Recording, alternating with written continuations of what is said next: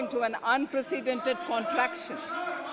We could have also imagined, we could not have also imagined then that our people, as those in other countries, would have to endure the loss of near and dear ones and suffer hardships brought about due to a health crisis.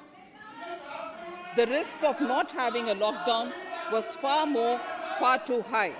Within 48 hours of declaring a 3-week-long complete lockdown, the Prime Minister announced the Pradhan Mantri Garib Kalyan Yojana, valued at 2.76 lakh crores, that provided free food grain to 800 million people, free cooking gas for 80 million families for months, and cash directly to over 400 million farmers, women, elderly, the poor, and the needy.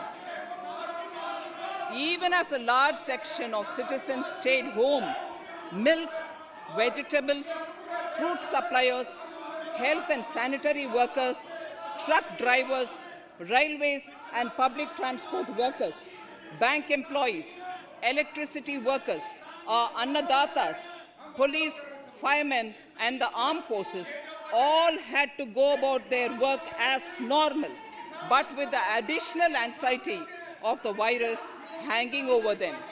We recognize this, and I think I speak on behalf of everybody in this august house when I express my heartfelt gratitude to these men and women for how they were able to carry out their work and duty to provide for the nation's basics over those crucial months.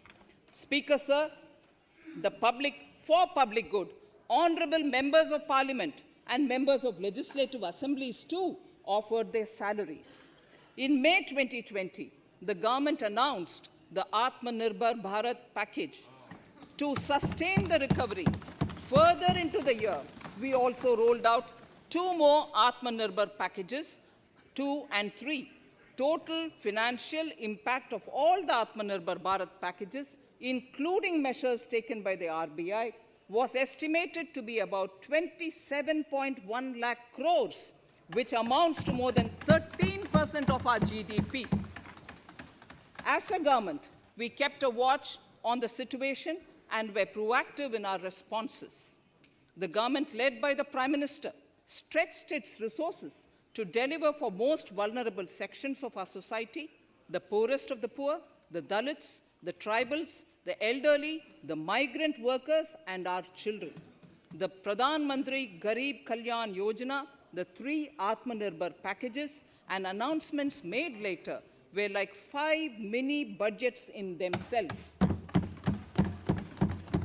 The Atmanirbhar packages accelerated our pace of structural reforms, redefinition of MSMEs, commercialization of the mining sector, agriculture and labor reforms, privatization of public sector undertakings, one nation, one ration card, production-linked incentive schemes are some of the notable reforms carried out during this period. Faceless income tax assessment, DBT, and financial inclusion are the others. Today, India has 2 vaccines available and has begun medically safeguarding not only her own citizens against COVID-19, but also those of 100 or more countries. It is added comfort to know that 2 or more vaccines are also expected soon. Honorable Prime Minister launched the vaccination drive by crediting and thanking our scientists. We are ever grateful for the strength and rigor of their efforts. Having said that, we are all reminded time and again that our fight against COVID-19 continues into 2021. Now, just as it happened after the 2 world wars, there are signs that the political, economic, and strategic relations in the post-COVID world are changing. This moment in history is the dawn of a new era, one in which India is well poised to truly be the land of promise and hope. I borrow the words of Rabindranath Tagore. Faith is the bird that feels the light and sings when the dawn is still dark. Faith is the bird that feels the light and sings when the dawn is still dark. In this spirit, I can't help but recall the joy that we as cricket-loving nation felt after the Team India's recent spectacular success in Australia. It has reminded us of all the qualities that we as a people, particularly our youth, epitomize of having abundant promise and the unsuppressed thirst to perform and to succeed. Today, data shows that India now has one of the lowest death rate of 112 per million population and one of the lowest active cases of about 130 per million. This has laid the foundation to the revival we are seeing now in the economy. This budget will be the first of this new decade. This budget will also be a digital budget, and that has happened with all your support. So far, only 3 times has a budget followed a contraction in the economy. All such contractions earlier were as a result of situations typical to India. This time, the contraction in our economy is due to a global pandemic, just like in several other countries. Having said that, I want to confidently state that our government is fully prepared to support and facilitate the economy's reset. This will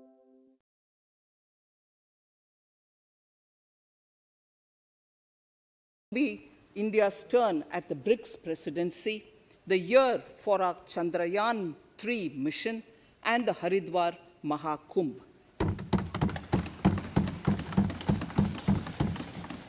Honorable Speaker, before I commence Part A of the budget, I want to take a moment to acknowledge how isolating and distancing seemed like insurmountable challenges for a country like ours that has people coming together in times of crisis.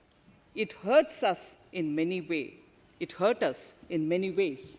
I bow my head in respect to every citizen for the endurance shown in facing what was an undeniably a tough year for all our physical and mental well-being.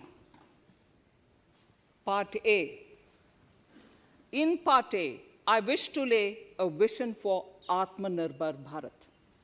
Atmanirbhar Bharat or Atmanirbharta is not a new idea. Ancient India was largely self-reliant and equally a business epicenter of the world. Atmanirbhar Bharat is an expression of the 130 crore Indians who have full confidence in their capabilities and skills.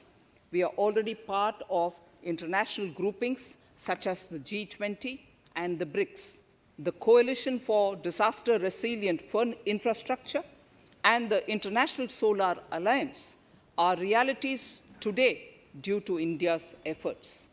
The proposals in Part A will further strengthen the sankalp of nation first, doubling farmers' income, strong infrastructure, healthy India, good governance, opportunities for youth, education for all, women empowerment, and inclusive development, among others. Additionally, also on the path to fast implementation are the 13 promises we had made in the budget of 2015-16, which were to materialize during the Amrit Mahotsav of 2022 on the 75th year of our independence. They too resonate with the vision of Atmanirbharta.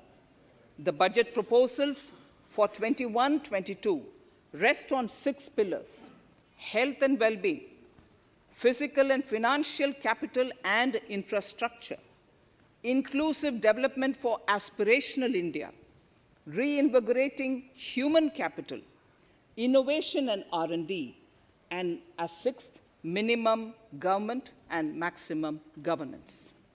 I now move to talking about the first pillar, health and well-being.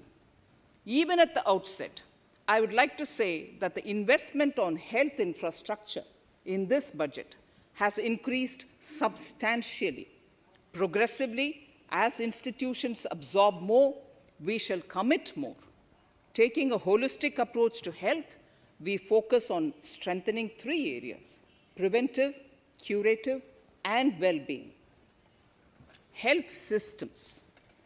A new centrally sponsored scheme, PM Atmanirbhar Swasth Bharat Yojana, will be launched with an outlay of about 64,180 crores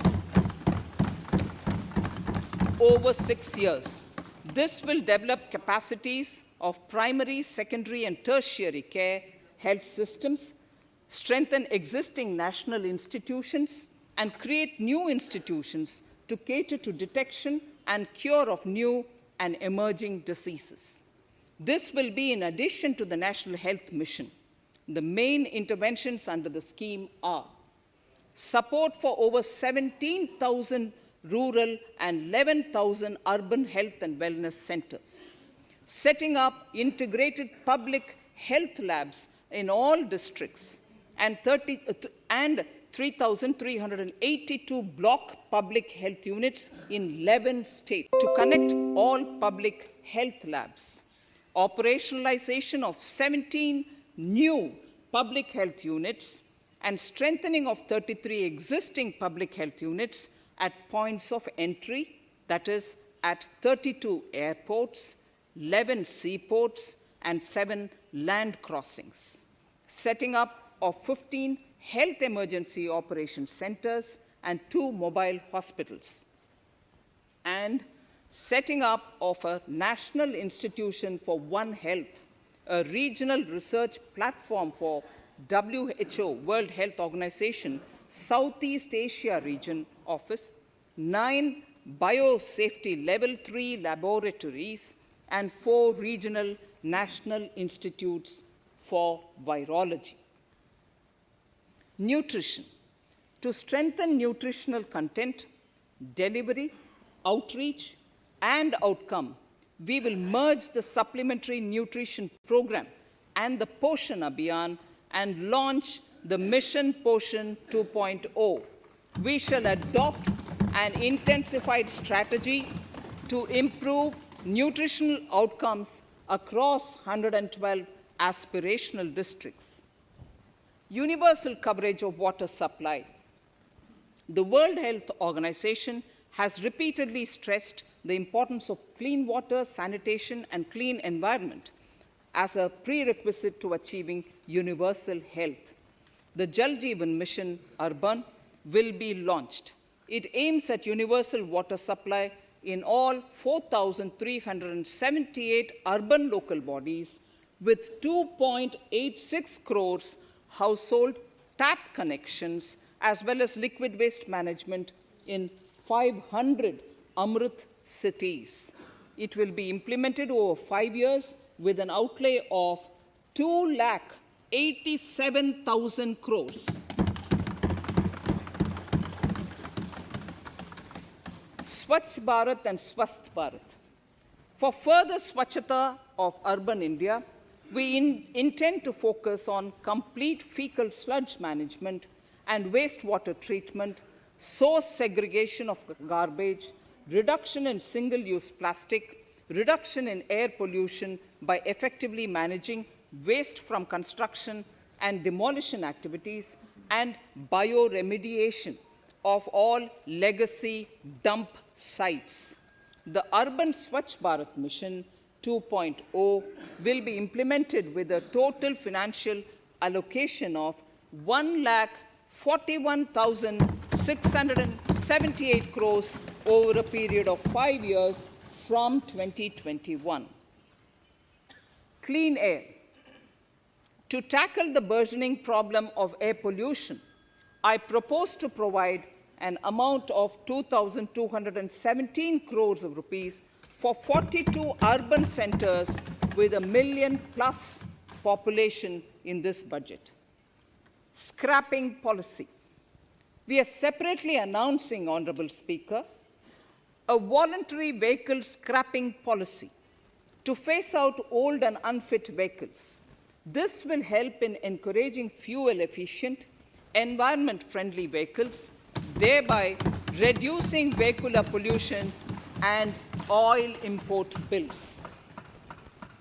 Vehicles would undergo fitness tests in automated fitness centers after 20 years in case of personal vehicles and after 15 years in case of commercial vehicles.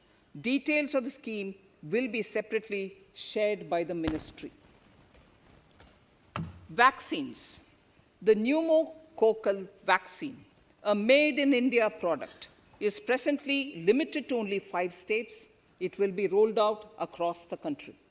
This will avert more than 50,000 child deaths annually. Honorable Speaker, I have provided 35,000 crores of rupees for COVID-19 vaccine in this year 21-22. I am committed to provide further funds if required. So the budget outlay for health and well-being is 2,23,846 crores in this BE 21-22, as against the BE of only 94,452 crores, and it marks an increase of 137%. The details of the same are at Annexure 1 of the speech. Honorable Speaker, I now move to the second pillar, physical and financial capital and infrastructure. Atmanirbhar Bharat, production-linked incentive schemes are things which I would like to place an emphasis. For a $5 trillion economy, our manufacturing sector has to grow in double digits on a sustained basis. Our manufacturing companies need to become an integral part of global supply chains, possess core competence, and cutting-edge technology. To achieve all of the above, PLI schemes to create manufacturing global champions for an Atmanirbhar Bharat have been announced for 13 sectors.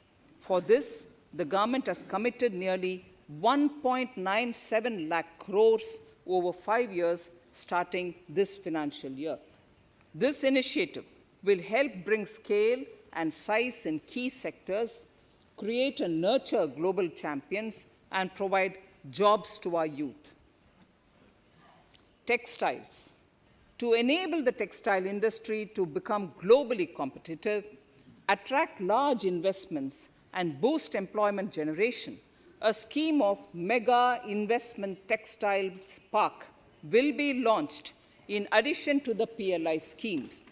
This will create world-class infrastructure with plug-and-play facilities to create global champions in exports.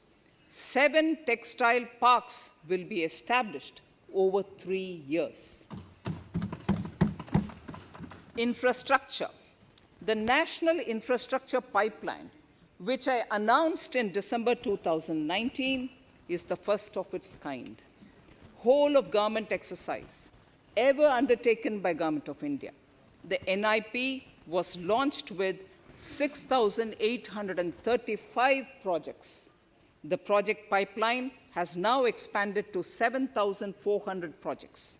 Around 217 projects worth rupees 1.10 lakh crores under some key infrastructure ministries have been completed. The NIP is a specific target which this government is committed to achieving over the coming years. It will require a major increase in funding from both the government and the financial sector. In this budget, I propose to take concrete steps to do this in 3 ways. Firstly, by creating the institutional structures.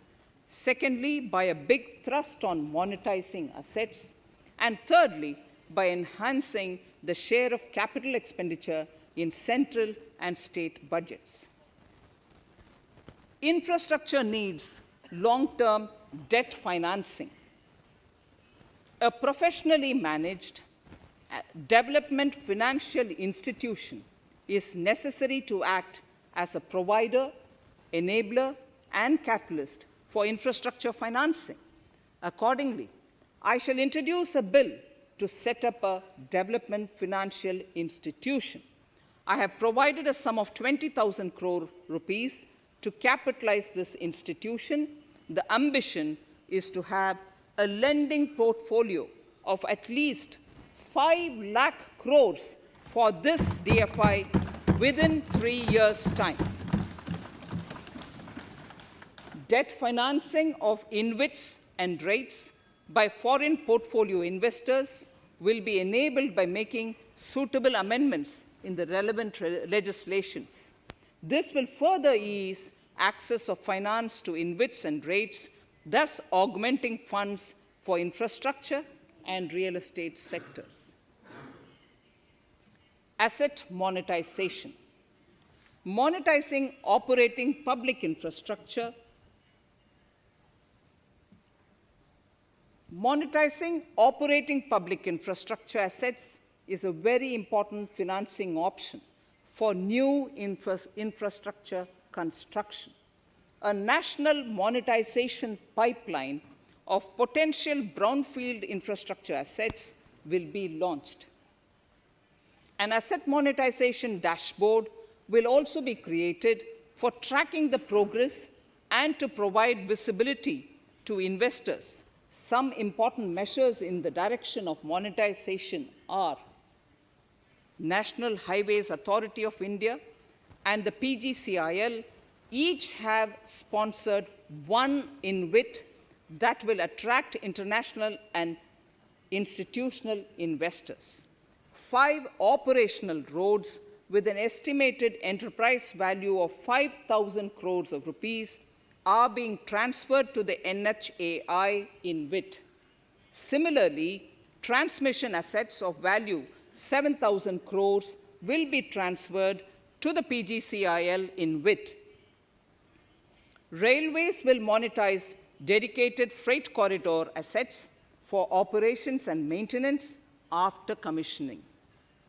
A next lot of airports will be monetized for operations and management concessions. Other core infrastructure assets that will be rolled out under the asset monetization programs are NHAI operational toll roads, 2 transmission assets of PGCL, 3 oil and gas pipelines of GAIL, Gas Authority of India Limited, IOCL and HPCL, Airports Authority of India airports in Tier 2 and 3 cities, other railway infrastructure assets, warehousing assets of CPSE, such as the Central Warehousing Corporation and NAFED, among others, and sports stadiums. Sharp increase in capital budget. In the BE 2020-21, we had provided for 4.12 lakh crores for capital expenditure. It was our effort that in spite of resource crunch, we should spend more on capital, and we are likely to end this year at around 4.39 lakh crores, which I have provided in the RE of 2020-2021. For 21-22, I propose a sharp increase in capital expenditure and thus have provided 5.54 lakh crores, which is 34.5% more than the BE of 2020-2021. Of this, I have kept a sum of more than 44,000 crores in the budget head of the Department of Economic Affairs to be provided for projects, programs, or departments that show good progress in capital expenditure and are in need of further funds. Over and above this expenditure, we would also be providing more than 2 lakh crores to states and autonomous bodies for their capital expenditure. We will also work out specific mechanisms to nudge states to spend more of their budget on creation of infrastructure.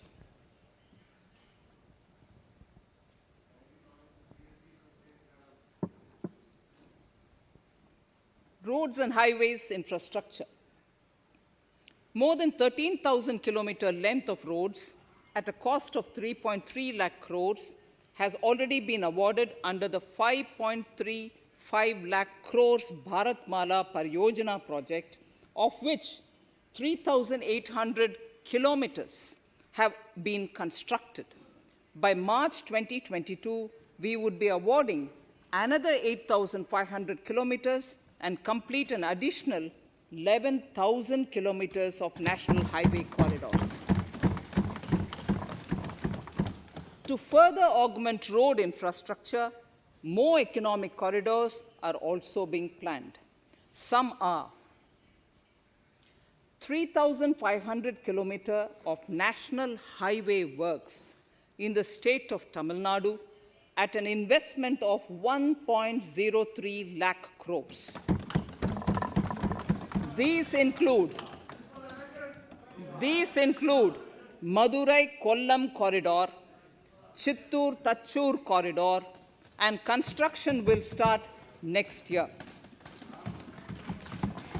Second, 1,100 kilometers of national highway works in the state of Kerala at an investment of 65,000 crores,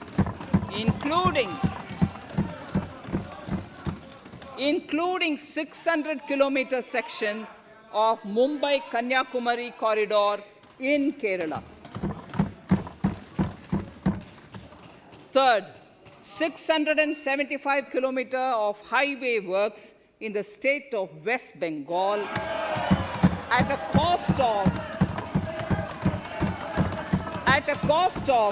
25,000 crores, including upgradation of existing road Kolkata-Siliguri.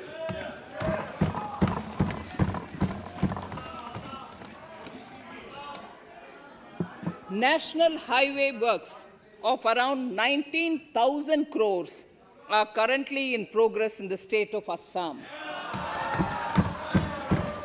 Further works of more than 34,000 crores covering more than 1,300 kilometers of national highways will be undertaken in the state in the coming 3 years.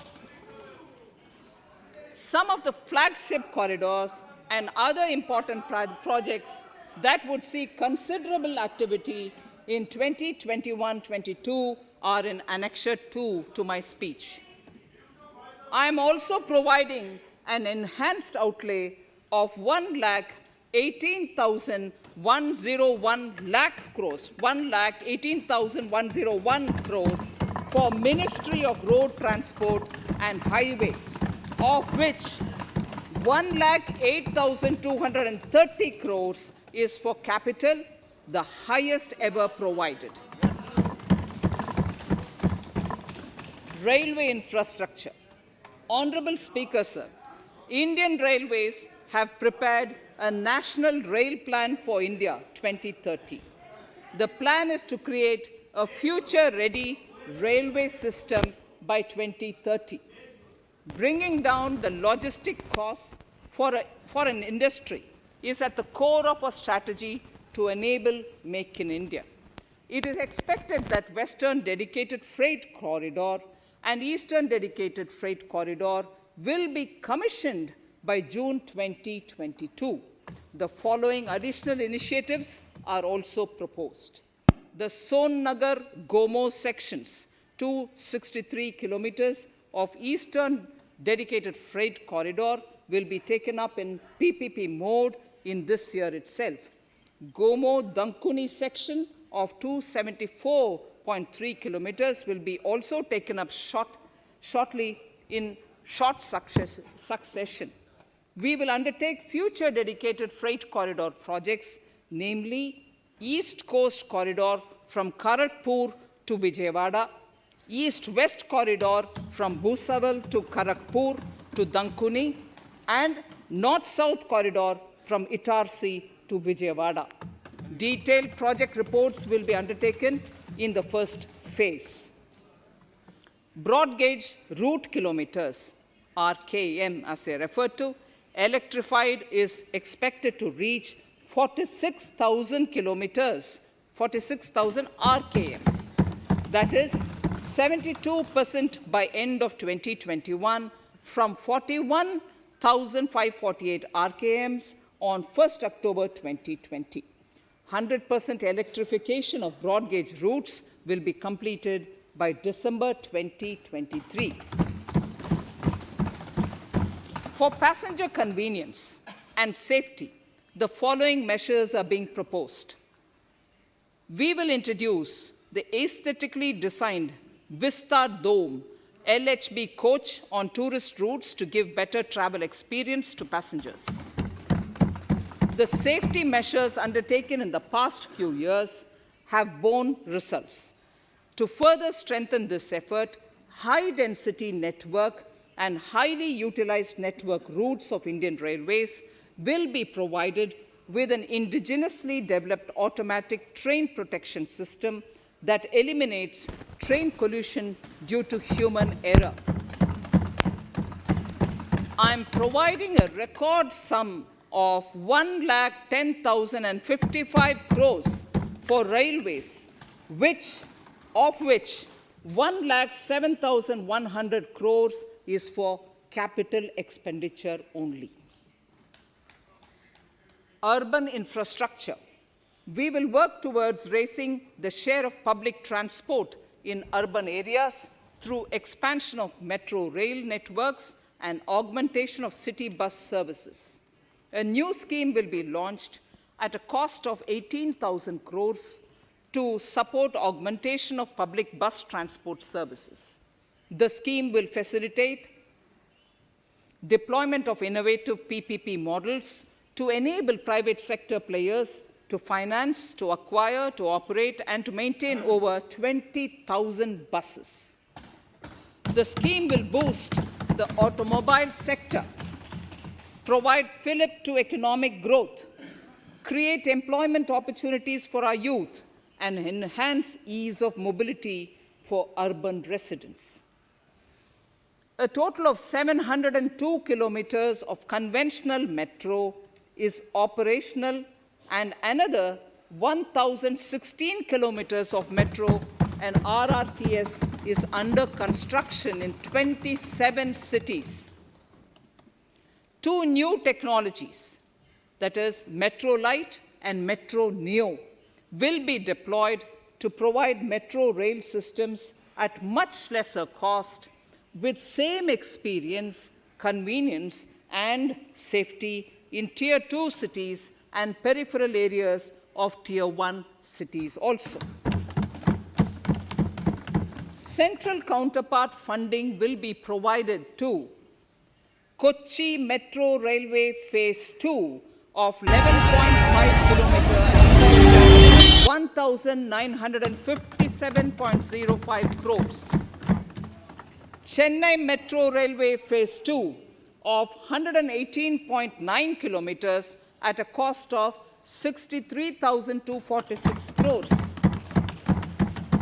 Bengaluru Metro Railway Project Phase 2A and 2B of 58.19 kilometers at a cost of 14,788 crores.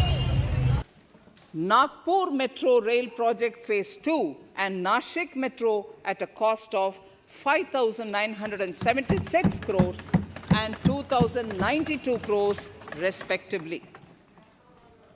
Power infrastructure.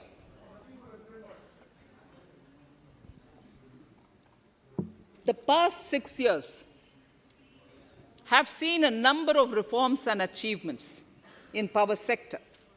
We have added 139 gigawatts of installed capacity, connected an additional 2.8 crore households, and added 1.41 lakh circuit kilometers of transmission lines. The distribution companies across the country are monopolies, either government or private.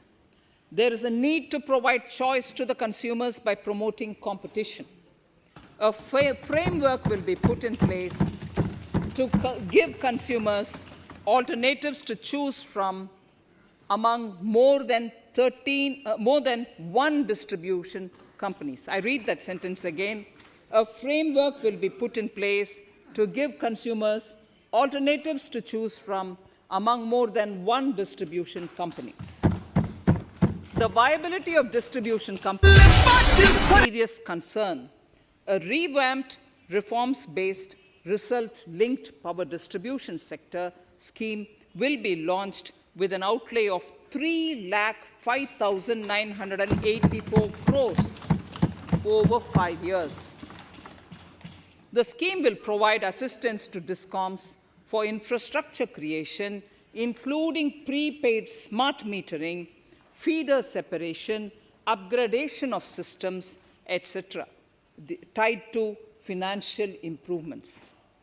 Prime Minister, while speaking at the third Reinvestment Conference in November 2020, had announced plans to launch a comprehensive national hydrogen energy mission. It is now proposed to launch a hydrogen energy mission in 2021-22 for generating hydrogen from green power sources. Ports, shipping, and waterways. Major ports will be moving from managing their operational services on their own to a model where a private partner will manage it for them. For the purpose, 7 projects worth more than 2,000 crores will be offered by the major ports on private-public partnership mode in FY 21-22. A scheme for promoting flagging of merchant ships in India will be launched by providing subsidy support to Indian shipping companies in global tenders floated by ministries and CPSCs. An amount of 1,624 crores will be provided over 5 years. This initiative will enable greater training and employment opportunities for Indian seafarers, besides enhancing Indian companies' share in global shipping. India has enacted Recycling of Ships Act in 2019 and acceded to the Hong Kong International Convention. Around 90 ship recycling yards at Alang in Gujarat have already achieved HKC-compliant certificates. Efforts will be made to bring more ships to India from Europe and Japan. Recycling capacities of around 4.5 million light displacement ton LDT will be doubled by 2024. This is expected to generate an additional 1.5 lakh jobs for our youth. Petroleum and natural gas. Our government has kept fuel supplies running across the country without interruption during the COVID-19 lockdown period. Taking note of the crucial nature of the sector in people's lives, the following key initiatives are being announced. 1. Ujjwala scheme, which has benefited 8 crore households, will be extended to cover 1 crore more beneficiaries. We will add 100 more districts in next 3 years to the city gas distribution network. A gas pipeline project will be taken up in the Union Territory of Jammu and Kashmir. An independent gas transport system operator will be set up for facilitation and coordination of booking of common carrier capacity in all natural gas pipelines on a non-discriminatory open access basis. Financial capital. I propose to consolidate the provisions of the SEBI Act 1992, Depositories Act 1996, Securities Contracts Regulation Act 1956, and Government Securities Act 2007 into a rationalized single securities markets code. The government would support the development of a world-class fintech hub at the GIFT IFSC. To instill confidence amongst the participants in corporate bond market during times of stress and to generally enhance secondary market liquidity, it is proposed to create a permanent institutional framework. The proposed body would purchase investment-grade debt securities both in the stressed and normal times and help in the development of the bond market. In the budget 2018-19, government had announced its intent to establish a system of regulated gold exchanges in the country. For the purpose, SEBI will be notified as the regulator, and Warehousing Development and Regulatory Authority will be strengthened to set up a commodity market ecosystem arrangement, including vaulting, assaying, logistics, etc., in addition to warehousing. Towards investor protection, I propose to introduce an investor charter as a right of all financial investors across all financial products.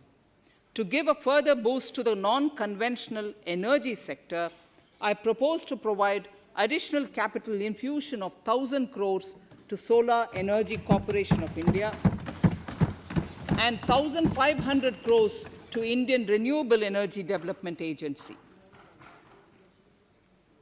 I propose to amend the Insurance Act 1938 to increase the permissible FDI limit from 49% to 74% in insurance companies and allow foreign ownership and control with safeguards. Under the new structure, the majority of directors on the board and key management persons would be resident Indians, with at least 50% of directors being independent directors and specified percentage of profits being retained as general reserve. Stressed asset resolution by setting up a new structure. The high level of provisioning by public sector banks of their stressed assets calls for a measure to clean up the bank books. An asset reconstruction company limited and asset management company would be set up to consolidate and take over the existing stressed debt and then manage and dispose of the assets to alternative investment funds and other potential investors for eventual value realization. Recapitalization of PSB. To further consolidate the financial capital capacity of PSBs, further recapitalization of 20,000 crores is proposed in 21-22. Deposit insurance. Last year, government had approved an increase in the deposit insurance cover from 1 lakh rupees to 5 lakhs for bank customers. I shall be moving amendments to DICGC Act 1961 in this session itself to streamline the provision so that if a bank is temporarily unable to fulfill its obligations, the depositors of such bank can get easy and time-bound access to their deposits to the extent of the deposit insurance cover. This would help depositors of banks that are currently under stress. To improve credit discipline, while continuing to protect the interest of small borrowers, for NBFCs with minimum asset size of 100 crores, the minimum loan size eligible for debt recovery under the Securitization and Reconstruction of Financial Assets and Enforcement of Security Interests (SARFAESI) Act 2002, it is proposed to be reduced from the existing level of 50 lakhs to 20 lakhs.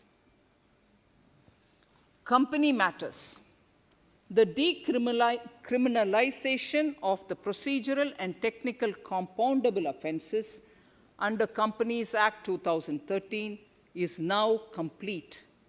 I now propose to take up decriminalization of the Limited Liability Partnerships Act 2008.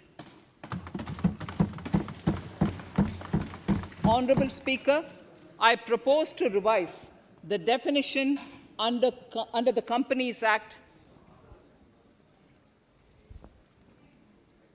2013 for small companies by increasing the threshold for paid-up capital from not exceeding 50 lakh to not exceeding 2 crores and turnover from not exceeding 2 crores to not exceeding 20 crores.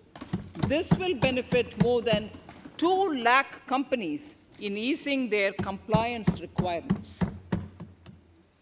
As a further measure which directly benefits startups and innovators, I propose to incentivize the incorporation of one-person companies by allowing one-person companies to grow without any restriction on paid-up capital and turnover, allowing their conversion into any other type of company at any time, reducing the residency limit for an Indian citizen to set up an one-person company from 182 days to 120 days, and allow also non-resident Indians to incorporate OPCs in India. This will be a big boost for startups.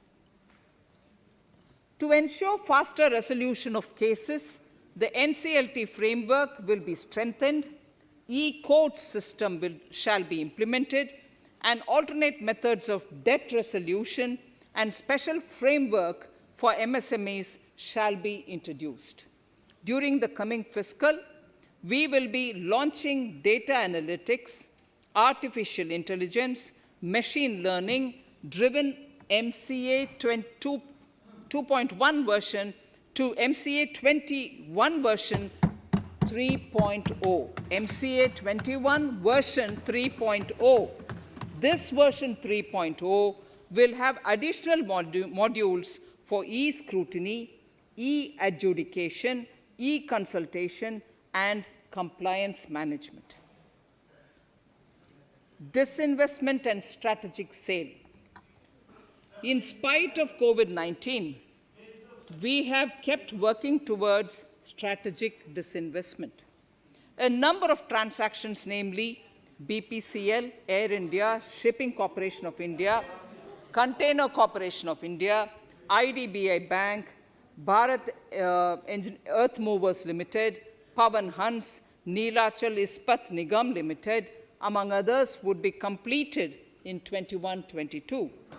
Other than IDBI Bank, we propose to take up the 2 public sector banks and 1 general insurance company in the year 21-22.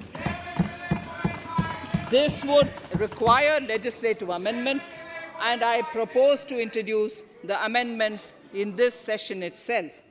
In 21-22, we would also bring the IPO of LIC, for which I am bringing the requisite amendments in this session itself.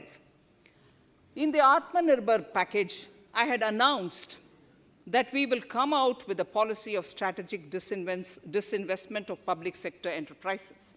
I'm happy to inform the House that the government has the government has approved the said policy.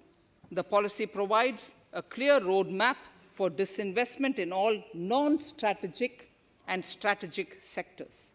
We have kept 4 areas that are strategic, where bare minimum CPSEs will be maintained and rest privatized. In the remaining sectors of all CPSEs will be privatized.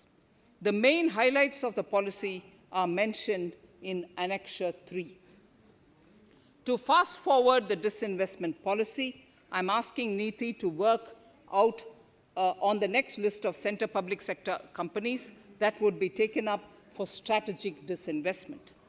To similarly incentivize states to take to disinvestment of their public sector companies, we will work out an incentive package of central funds to states.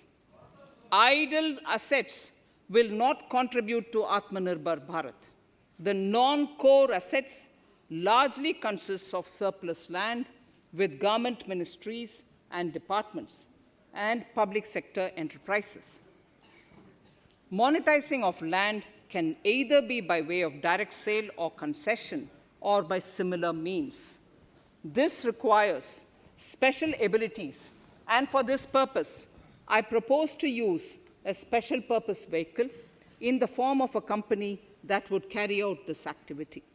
In order to ensure timely completion of closure of sick or loss-making CPSEs, we will introduce a revised mechanism that will ensure timely closure of such units. I have estimated 1,75,000 crores as receipts from disinvestment in BE 21-22.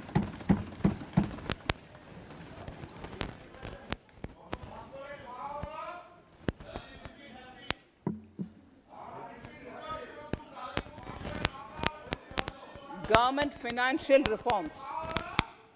Under the Treasury single account, the TSA system, autonomous bodies directly draw funds from the government's account at the time of actual expenditure, saving interest costs. We will extend the TSA system for universal application from 21-22. On the recommendation of the 15th Finance Commission, we have undertaken a detailed exercise to rationalize and bring down the number of centrally sponsored schemes. This will enable consolidation of outlays for better impact. The government is committed to the development of multi-state cooperatives and will provide all support to them.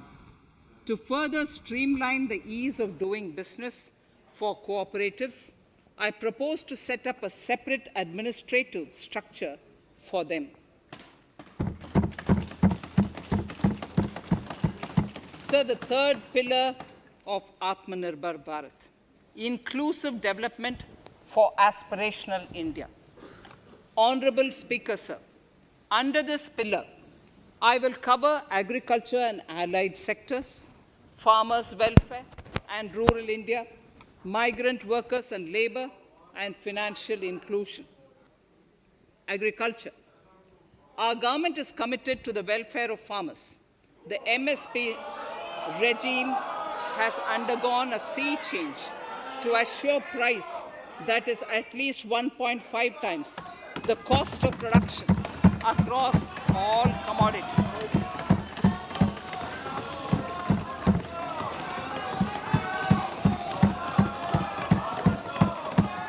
The procurement has also continued to increase at a steady pace. This has resulted in increase in payment to farmers substantially. In case of wheat, a total amount paid to farmers in 2013-14, Honorable Speaker, sir, the data that I give now is important for all honorable members to kindly hear. In case of wheat, the total amount paid to farmers in 2013-14 was 33,874 crores.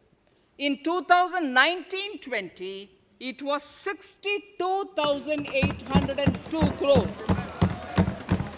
And even better, Honorable Speaker, in 2020-2021, this amount paid to farmers was 75,060 crores.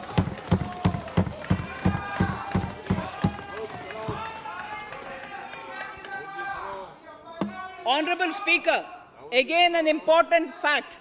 The number of wheat growing farmers that were benefited increased in 2020-21 to 43.36 lakhs compared to 35.57 lakhs in 2019-20. That much of an increase within 1 year. For paddy, again an important data. For paddy, the amount paid in 2013-14 was 63,928 crores. In 2019-20, this increased to 1,41,930 crores. Even better, in 2020-2021, this is further, in 2020-21, this is further estimated, and I'm saying this is further estimated because the procurement is ongoing, and therefore I can't give you the final figure. This is further estimated to increase to 1,72,752 crores. The number of farmers benefited increased from 1.24 crores in 2019-20 to 1.54 crores in 2020-21. In the same way, Honorable Speaker, sir, in the case of pulses, the amount paid in 2013-14 was 236 crores. In 2019-20, this was increased to 8,285 crores. Now in 2021, it is at 10,530 crores. More than 40 times increase from 2013-14.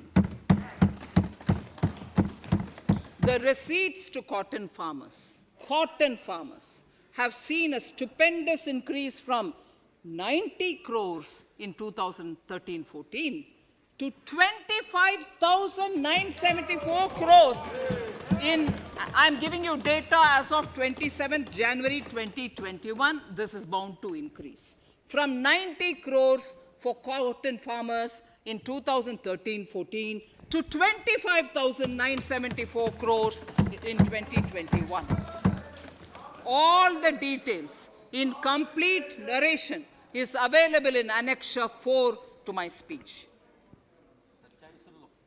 Early this year, Honorable Prime Minister had launched the Swamitwa scheme. Under this, a record of rights is being given to property owners in villages. Up till now, about 1.80 lakh property owners in 1,241 villages have been provided cards. I propose during 21-22 to extend this to cover all states and union territories. To provide adequate credit to our farmers, I have enhanced the agricultural credit target to 16.5 lakh crores in this year. We will focus on ensuring increased credit flow to animal husbandry, Pashupalan, dairy, and to Matsyakar, to the fisheries. We are enhancing the allocation to the Rural Infrastructure Development Fund from 30,000 crores to 40,000 crores. The Micro Irrigation Fund, with a corpus of 5,000 crores, has been created under NABARD. I propose to double it by augmenting it by another 5,000 crores.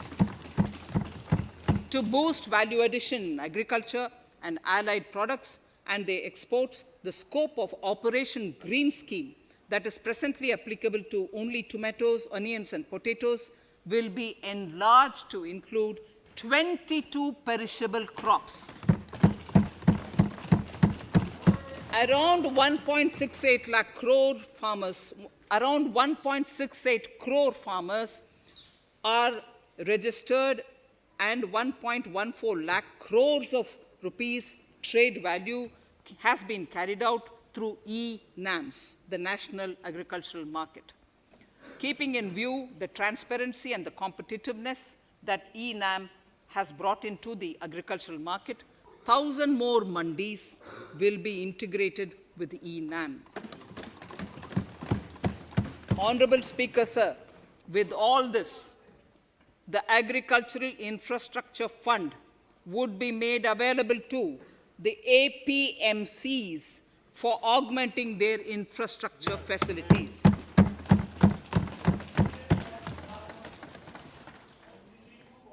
Fisheries.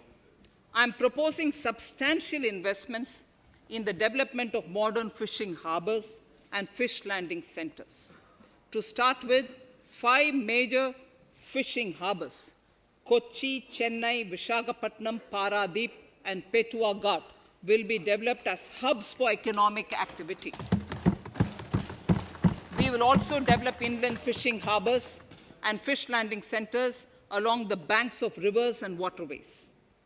Seaweed farming is an emerging sector with potential to transform the lives of coastal communities. It will provide large-scale employment and additional incomes. To promote seaweed farming and cultivation, I propose a multi-purpose seaweed park to be established in Tamil Nadu. Migrant workers and laborers. We have launched the One Nation, One Ration Card scheme, through which beneficiaries can claim their rations anywhere in the country. Migrant workers in particular benefit from the scheme. Those staying away from their families can partially claim their ration where they are stationed, while their family in their native places can claim the rest. I'm happy to inform you that One Nation, One Ration Card plan is under implementation by 32 states and union territories, reaching about 69 crore beneficiaries. That's a total of 86% beneficiaries covered. The remaining 4 states and UTs will be integrated in the next few months. To further extend our efforts towards the unorganized labor force, migrant workers in particular, I propose to launch a portal that will collect relevant information on gig workers, building and construction workers, among others. This will help formulate health, housing, skill, insurance credit, and food schemes for all migrant workers. We will conclude a process that began 20 years ago with the implementation of the 4 labor codes. For the first time globally, social security benefits will be extended to gig and platform workers.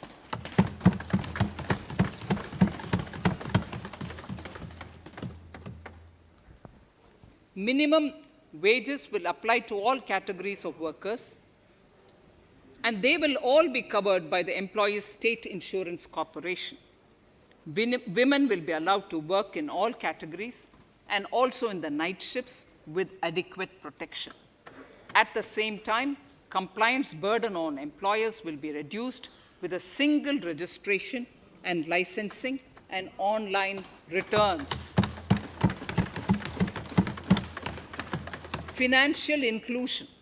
To further facilitate credit flow under the scheme of Stand Up India for the scheduled castes and scheduled tribes and also women, I propose to reduce the margin money requirement from 25% to 15% only, and to also include loans for activities in allied sectors, in allied activities in agriculture. We have taken a number of steps to support the MSME sector. In this budget, I have provided 15,700 crores to this sector, more than double of the last year's BE. Honorable Speaker, sir, I now go to the 4th pillar, reinvigorating human capital. The national education policy announced recently has had good reception. In school education, More than 15,000 schools will be qualitatively strengthened to include all components of the national education policy. They shall emerge as exemplar schools in their regions, hand-holding and mentoring other schools to achieve the ideals of policy. 100 new Sainik schools will be set up in partnership with NGOs, private schools, and states. Higher education. In Budget 2019-20, I had mentioned about the setting up of a higher education commission in India. We would be introducing the legislation this year to implement the same. It will be an umbrella body having 4 separate vehicles for standard setting, accreditation, regulation, and funding. Many of our cities have various institutions, universities, and colleges supported by the Government of India. Hyderabad, for example, has about 40 major institutions. In 9 such cities, we will create a formal umbrella structure so that these institutions can have better synergy while also retaining their internal autonomy. A glue grant will be set aside for this purpose. For accessible higher education in Ladakh, I propose to set up a central university in Leh.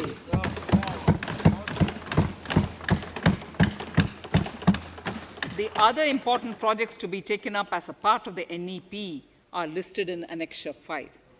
Scheduled caste and scheduled tribes welfare. We have set ourselves a target of establishing 750 Eklavya model residential schools in our tribal areas.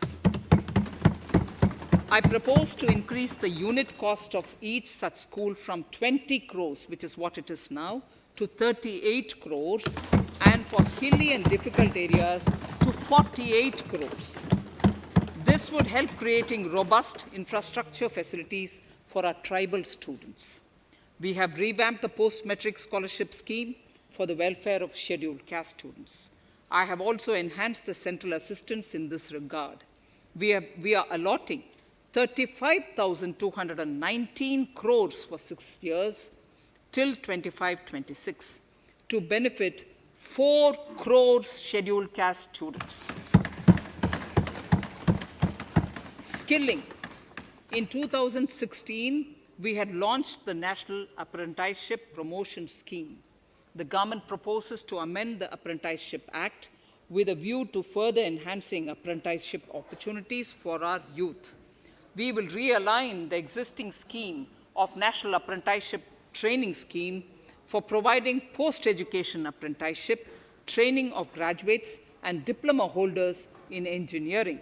Over 3,000 crores will be provided for this purpose. An initiative is underway, Honorable Speaker, in partnership with the United Arab Emirates to benchmark skill qualifications, assessment, and certification, accompanied by the deployment of certified workforce. We also have a collaborative intertraining program between India and Japan to facilitate transfer of Japanese industrial and vocational skills, techniques, and knowledge. We will take forward this initiative with many more countries also.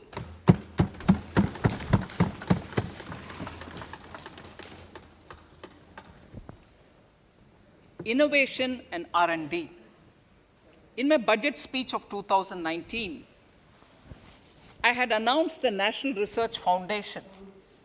We have now worked out the modalities, and the NRF outlay will be of 50,000 crores over 5 years.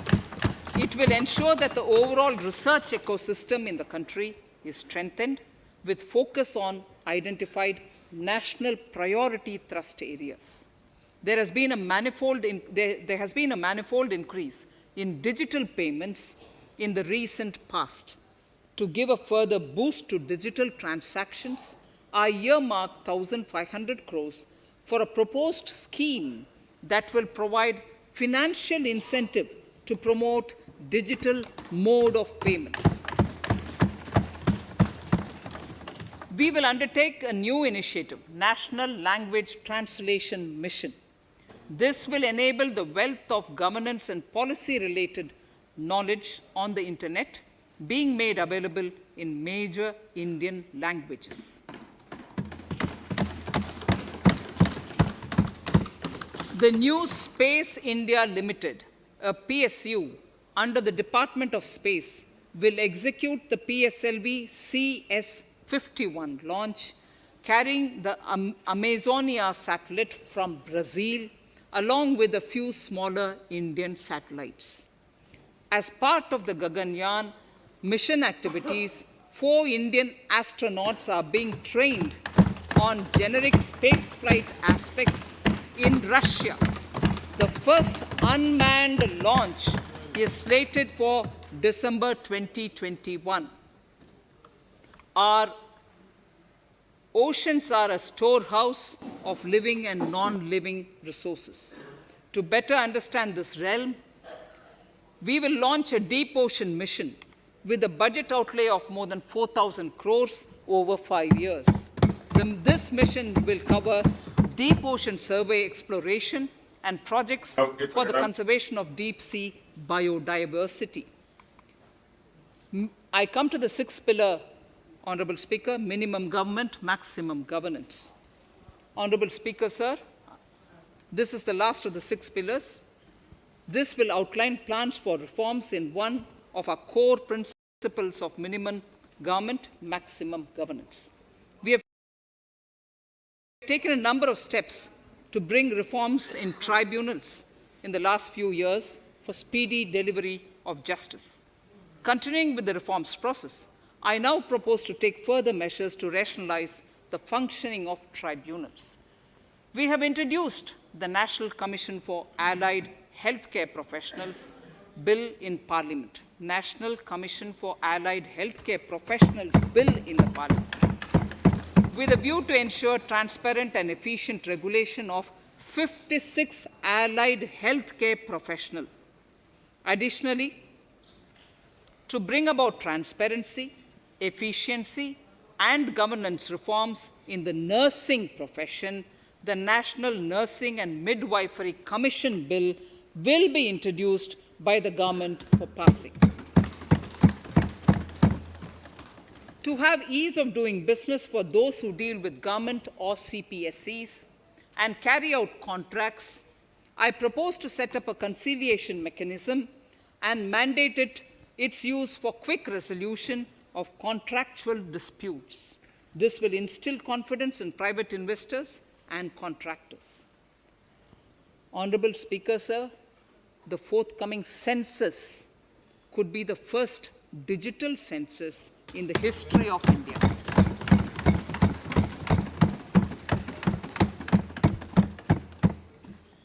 For this monumental milestone marking task, I have allocated 3,768 crores in this year, 21-22. Honorable Speaker, Goa is celebrating the Diamond Jubilee year of the state's liberation from Portuguese rule. From the Government of India's side, I propose to grant 300 crores to the Government of Goa for the celebrations. I propose to provide 1,000 crores for the welfare of tea workers, especially women and children in Assam and West Bengal. A special scheme will be devised for the same.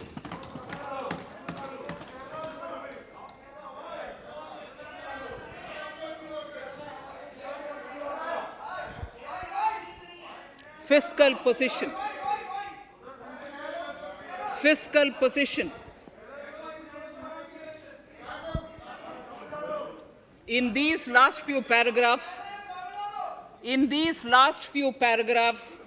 of Part A of my speech, I draw the attention of this august House to the fact that at the beginning of the current financial year, the pandemic's impact on the economy resulted in a weak revenue inflow. This was combined with high expenditure to provide essential relief to vulnerable sections of the society, especially the poor, the women, scheduled castes, and scheduled tribes. Unlike many other countries, we opted for a series of medium-sized packages during the pandemic so that we could calibrate and target our response according to the evolving situation. Once the health situation stabilized and the lockdown was being slowly lifted, we switched to ramping up government spending so as to revive domestic demand. As a result, against an original BE expenditure of 30.42 lakh crores for 2020-21, our RE estimates are 34.50 lakhs, 30.42 now within the year going up to 34.5 lakh crores. We have maintained quality of expenditure. The capital expenditure estimated in the RE is 4.39 lakh crores as against 4.12 lakh crores in the BE stage. So the beginning of the year, we had marked only 4.12 lakh, whereas it is 4.39 lakh crores as we end the year. Fiscal deficit in RE 2020-2021 is pegged at 9.5% of the GDP. Fiscal deficit in RE 2020 to 2021 is pegged at 9.5% of GDP. We have funded this through government borrowings, multilateral borrowings, small saving funds, and short-term borrowings. We would need another 80,000 crores, for which we would be approaching the market in these 2 months. We would be needing another 80,000 crores, for which we would be approaching the markets in these 2 months. To ensure that the economy is given the required push, our BE estimates for expenditure in 21-22 are 34.83 lakh crores. This includes 5.54 lakh crores as capital expenditure, an increase of 34.5% over the BE figure of 2020-2021. The fiscal deficit in BE 21-22 is estimated to be 6.8% of the GDP. The gross borrowing from the market for the next year would be around 12 lakh crores. We plan to continue with our path of fiscal consolidation and intend to reach the fiscal deficit level below 4.5% of the GDP by 2025-2026, with a fairly steady decline over the period. We hope to achieve the consolidation by first increasing the buoyancy of tax revenue through improved compliance, and secondly, by increased receipts from monetization of assets, including public sector enterprises and land. The Contingency Fund of India is being proposed to be augmented. The Contingency Fund of India is being proposed to be augmented from 500 crores to 30,000 crores through finance bill. In accordance with the views of the 15th Finance Commission, we are allowing a normal ceiling of net borrowing for the states at 4% of GSDP for the year 21-22.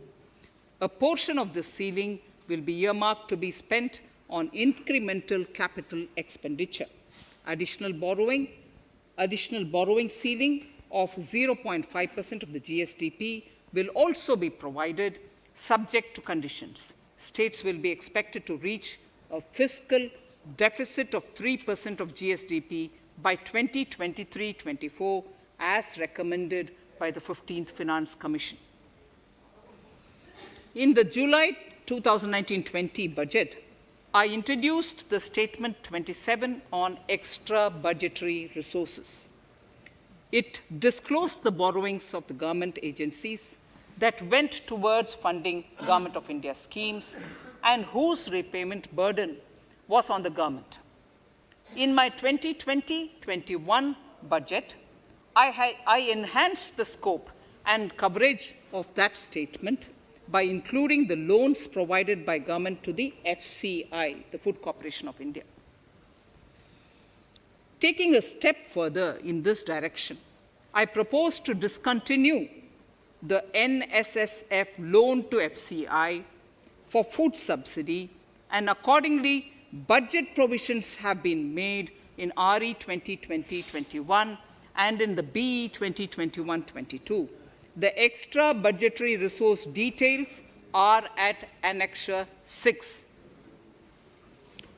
We know that the FRBM Act mandates fiscal deficit of 3% of GDP to be achieved by 31st March 2020-2021. The effect of this year's unforeseen and unprecedented circumstances has necessitated the submission of a deviation statement under Sections 4 of Subclause 5 and Section 7, Subclause 3b of the FRBM Act, which I'm laying on the table of the House as part of the FRBM documents. Towards achieving central government fiscal deficit along the broad path that I have already indicated, I will be introducing an amendment to the FRBM Act. Honorable Speaker, on the 9th of December 2020, the 15th Finance Commission submitted its final report covering the period 2021 to 2026 to the Rashtrapati Ji. The government has laid the Commission's report along with the explanatory memorandum in the Parliament, retaining the vertical shares of the states at 41%. We recognize our commitment to fiscal federalism and propose, therefore, to adhere to this recommendation. Jammu and Kashmir in the 14th Finance Commission was entitled to get devolution being a state. Now the funds of the UTs of Jammu Kashmir and Ladakh would be provided by the centre.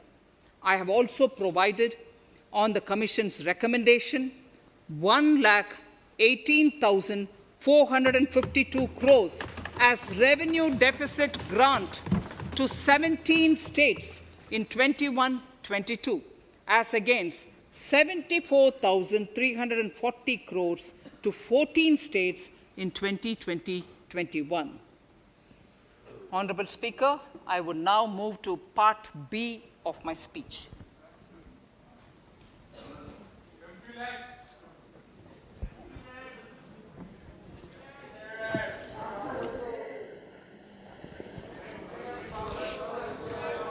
Honorable Speaker, the world is facing a serious challenge of the pandemic and its aftershock. In these trying times, when many economies are struggling to revive, our people and our industry have exhibited remarkable resilience. As I mentioned already, post-pandemic, a new world order seems to be emerging, one in which Asia is poised to occupy a prominent position, and India will have a leading role therein. In this scenario, our tax system has to be transparent, efficient, and should promote investments and employment in our country. At the same time, it should put minimum burden on our taxpayers. I borrow the words of Thiruvalluvar, the saint. Yetralum, Eatalum, Kathalum, Katha Vaguthalum, Nalla Valladarasu. A king or a ruler is the one who creates and acquires wealth, protects and distributes it for common good. Tirukkural. Direct tax proposals. Keeping this in mind, the words of Tirukkural, our government introduced a series of reforms in the direct tax system for the benefit of our taxpayers and economy. Few months prior to the pandemic, in order to attract investments, we slashed our corporate tax rate to make it among the lowest in the world. The dividend distribution tax too was abolished. The burden of taxation on small taxpayers was eased by increasing rebates. In 2020, the return filers saw a dramatic increase to 6.48 crores from 3.31 crores in 2014.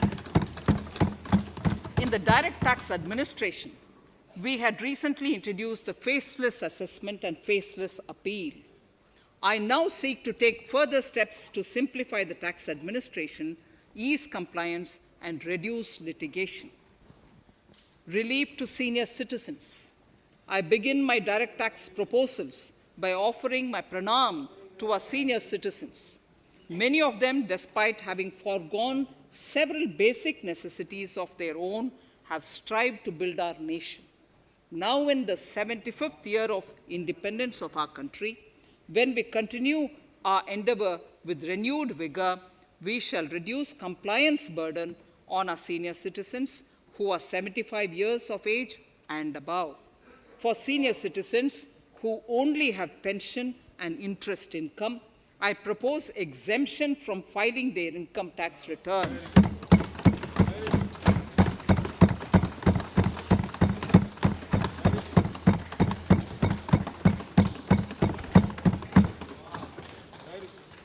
The paying bank will deduct the necessary tax on their income.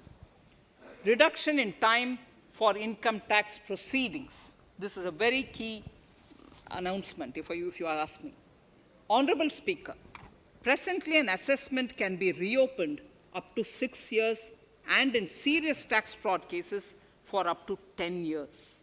As a result, taxpayers have to remain under uncertainty for a very long time. I therefore propose to reduce this time limit for reopening of assessments to 3 years from the present 6 years.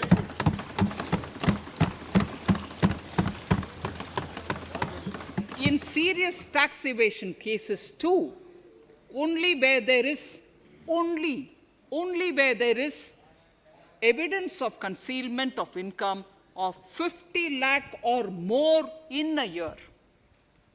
In serious tax evasion cases too, only where there is evidence of concealment of income of 50 lakh or more in a year can the assessment be reopened up to 10 years. Even this reopening can be done only after the approval of the Principal Chief Commissioner, the highest level of Income Tax Department.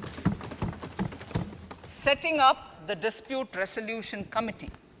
Honorable Speaker, it has been the resolve of this government to reduce litigation, which mars the present taxation system. The government came out with the Direct Taxation Vivad Se Vishwas scheme to give taxpayers an opportunity to settle long-pending disputes and be relieved to further strain on their time and resources. The response from taxpayers has been the best ever, as over 110,000 taxpayers have already opted to settle tax disputes of over 85,000 crores under the scheme. To further reduce litigation for small taxpayers, I propose to constitute a dispute resolution committee for them, which will be faceless to ensure efficiency, transparency, and accountability. Anyone with a taxable income up to 50 lakh and disputed income up to 10 lakh shall be eligible to approach the committee. Faceless IT-AT. For ease of compliance and to reduce discretion, we are committed to make the taxation processes faceless.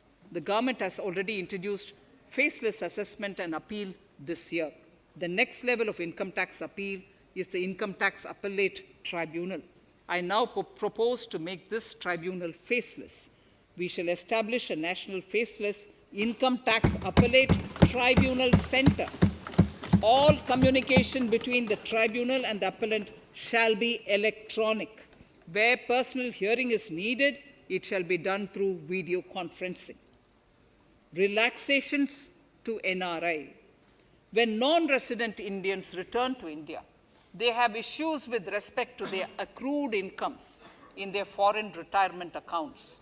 This is usually due to mismatch in taxation period.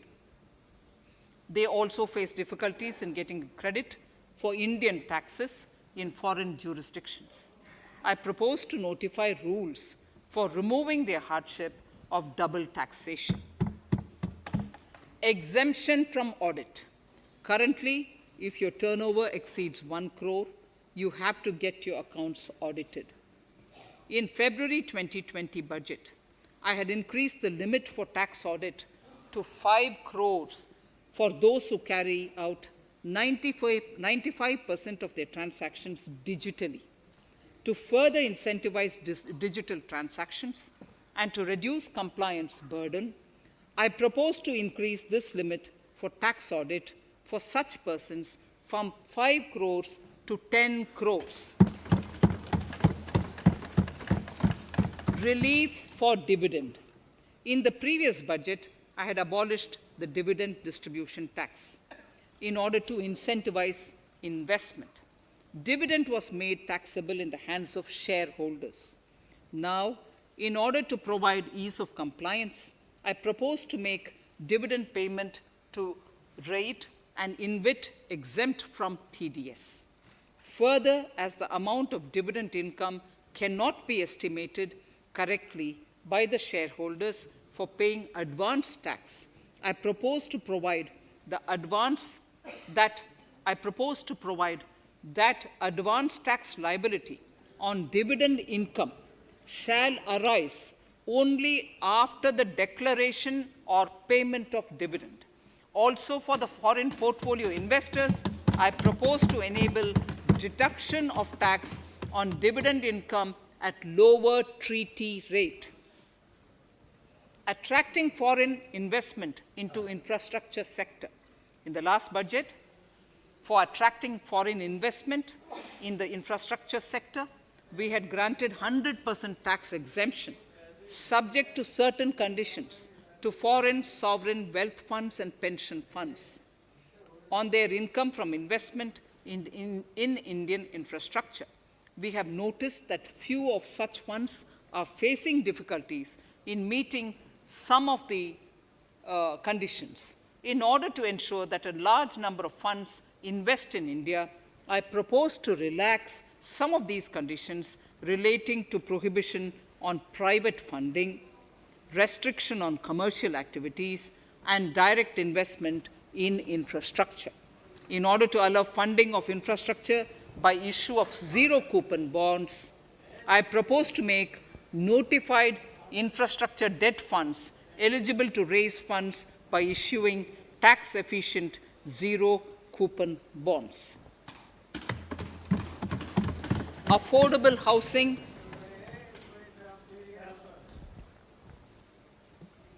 Affordable housing and rental housing. This government sees housing for all and affordable housing as priority areas. In July 2019 budget, I provided an additional deduction of interest amounting to 1.5 lakh for loan taken to purchase an affordable house. I propose to extend the eligibility of this condition by 1 more year to 31st March 2022. The additional deduction of 1.5 lakh shall therefore be available for loans taken up to 31st March 2022 for the purchase of affordable houses. Further, to keep up the supply of affordable houses, I propose that the affordable housing projects can avail a tax holiday for 1 more year till 31st March 2022. These are available now for projects also. We are committed to promote supply of affordable rental housing for migrant workers. For this, I propose to allow tax exemption for notified affordable rental housing projects. Tax incentives to IFSC. As I mentioned in Part A of this speech, the government is committed to making the International Financial Services Center in GIFT City a global financial hub. In addition to the tax incentives already provided, I propose to include, among others, tax holiday for capital gains for aircraft leasing companies, tax exemption for aircraft lease rentals paid to foreign lessors, tax incentive for relocating foreign funds in the IFSC, and to allow tax exemption to the investment division of foreign banks located in the IFSC. Pre-filling of returns. Honorable Speaker, in order to ease compliance for the taxpayer, details of salary income, tax payments, TDS, etc., already come pre-filled in income tax returns. To further ease filing of returns, details of capital gains from listed securities, dividend income, and interest from banks, post office, etc., will also be now pre-filled. Relief to small trusts. We hope to reduce compliance burden on small charitable trusts running educational institutions and hospitals. So far, there is a blanket exemption to such entities whose annual receipt does not exceed 1 crore of rupees. I now propose to increase this amount to 5 crores. Labor welfare. We have noticed that some employers deduct the contribution of employees toward provident funds, superannuation funds, and other social security funds, but do not deposit these contributions within the specified time. For these employees, this means a loss of interest or income. In cases where an employer later becomes financially unviable, non-deposit results in a permanent loss for the employees. In order to ensure that employees' contributions are deposited on time, I reiterate that the late deposit of employees' contribution by the employer will not be allowed as deduction to the employer.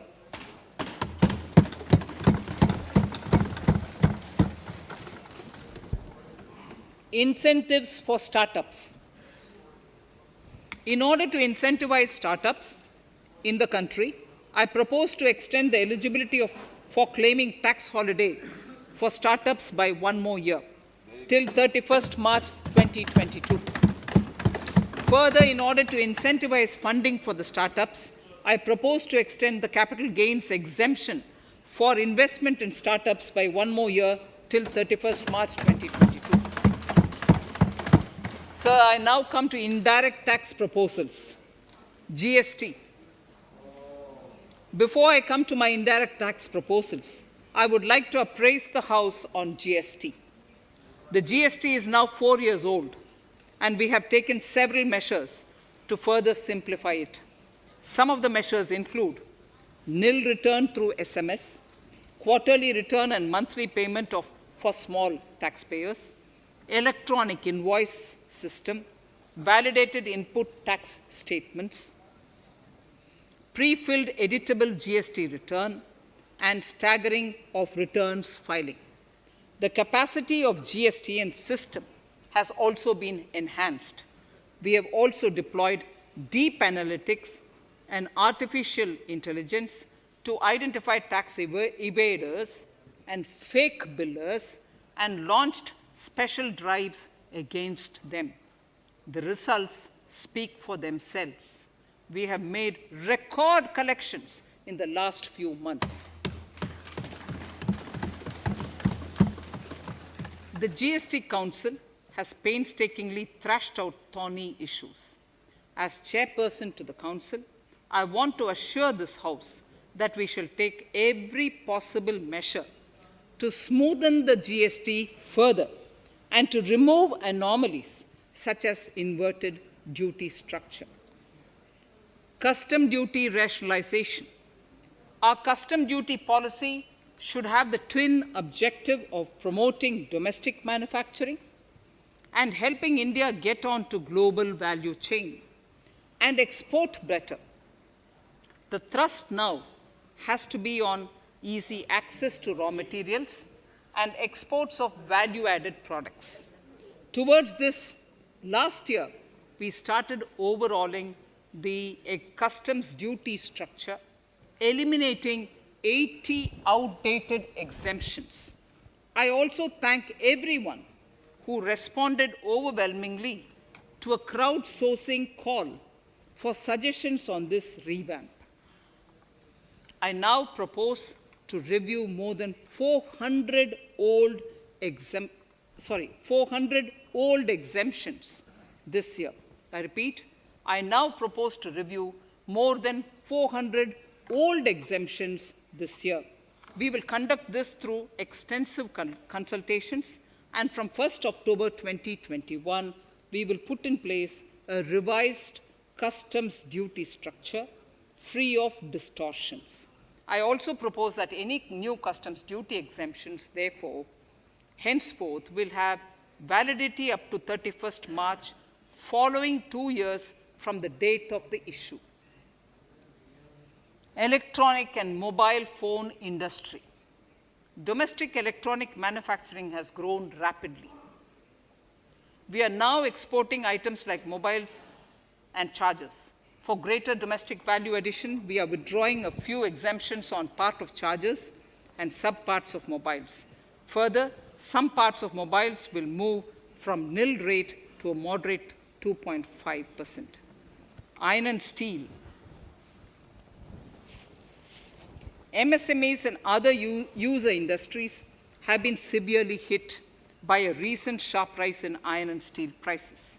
Therefore, we are reducing customs duty uniformly to 7.5% on semis, flats, and long products of non-alloy, alloy, and stainless steels. To provide relief to metal recyclers, mostly MSMEs, I am exempting duty on steel scrap for a period up to 31st March 2022.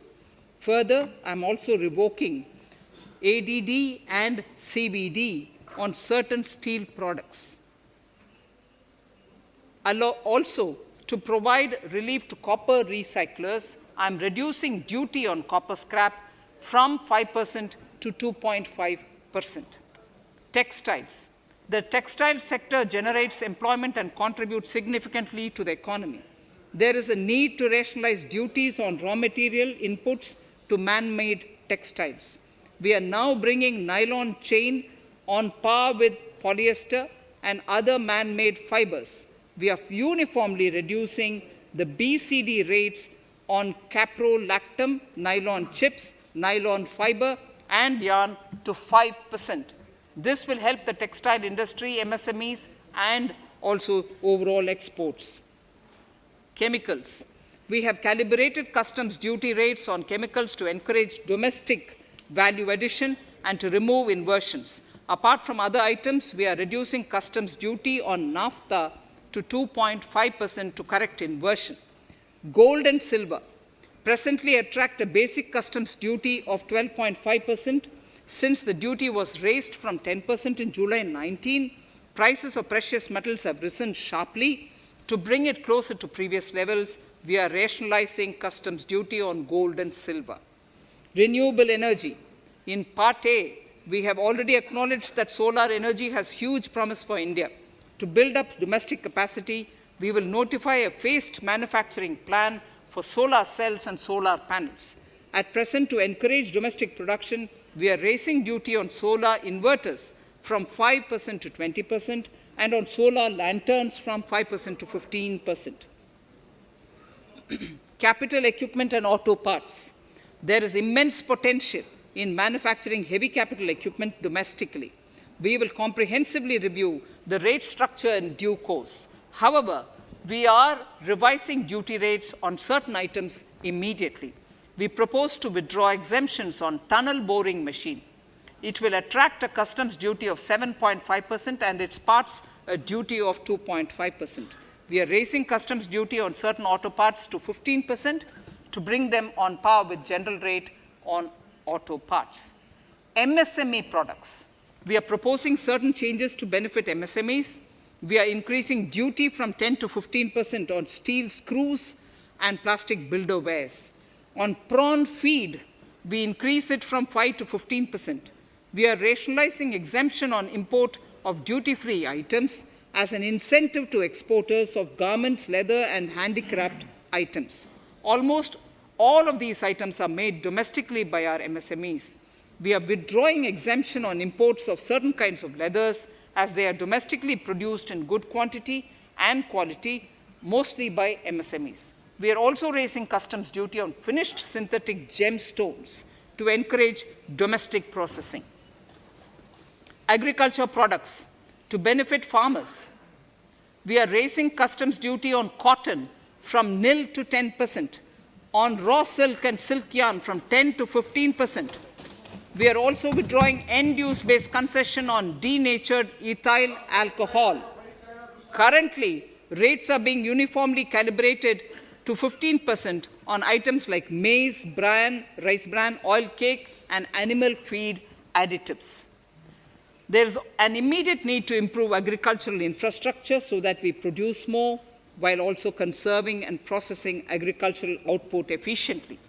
This will ensure enhanced remuneration for our farmers. To earmark resources for this purpose, I propose an agricultural infrastructure and development cess on a small number of items. However, while applying this cess, we have taken care not to put additional burden on consumers on most items. Rationalization of procedures and easing of compliance.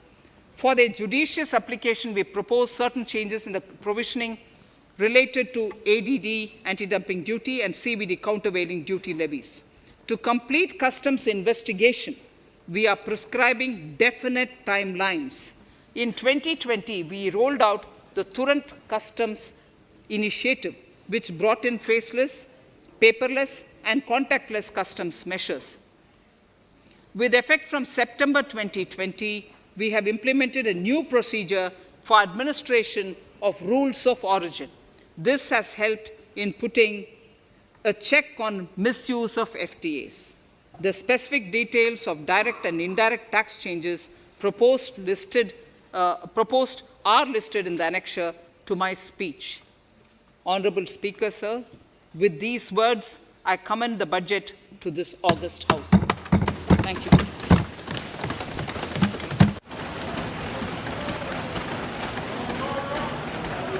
Item number 1, माननीय मंत्री जी, item number 1।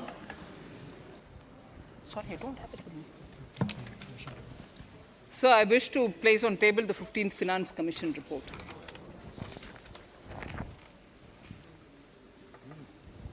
Item number 3, माननीय मंत्री जी।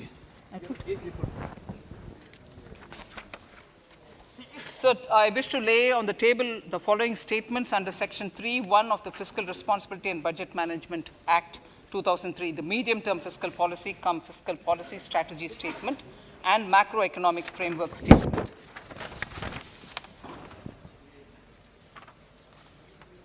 Item number 4. So, I wish to seek your permission to move for leave to introduce the Finance Bill 2021. प्रश्न ये कि विधेयक को पुनर्स्थापित करने की अनुमति प्रदान की जाए। जो सदस्य इसके पक्ष में हाँ कहें, जो सदस्य इसके विरोध में ना कहें। मेरे विचार में निर्णय हाँ वालों के पक्ष में हुआ, हाँ वालों के पक्ष हुआ। माननीय मंत्री जी विधेयक को पुनर्स्थापित करें। Shri Prahlad Joshi ji. With your permission, I rise to present the 18th report of Business Advisory Committee. माननीय सदस्यगण, माननीय वित्त मंत्री जी के बजट भाषण की प्रतियां प्रकाशक फलक पर उपलब्ध है। सदस्य अपनी प्रति प्रकाशन फलक से प्राप्त कर सकते हैं। माननीय सदस्यगण, जैसा कि आपको समाचार 2 के माध्यम से पहले सूचित किया जा चुका है कि बजट की प्रतियां आपको मेंबर्स पोर्टल के माध्यम से उपलब्ध कराई जा रही है। सभा की कार्रवाई मंगलवार दिनांक 2 फरवरी 2021 को दोपहर 4 बजे तक के लिए स्थगित की जाती है।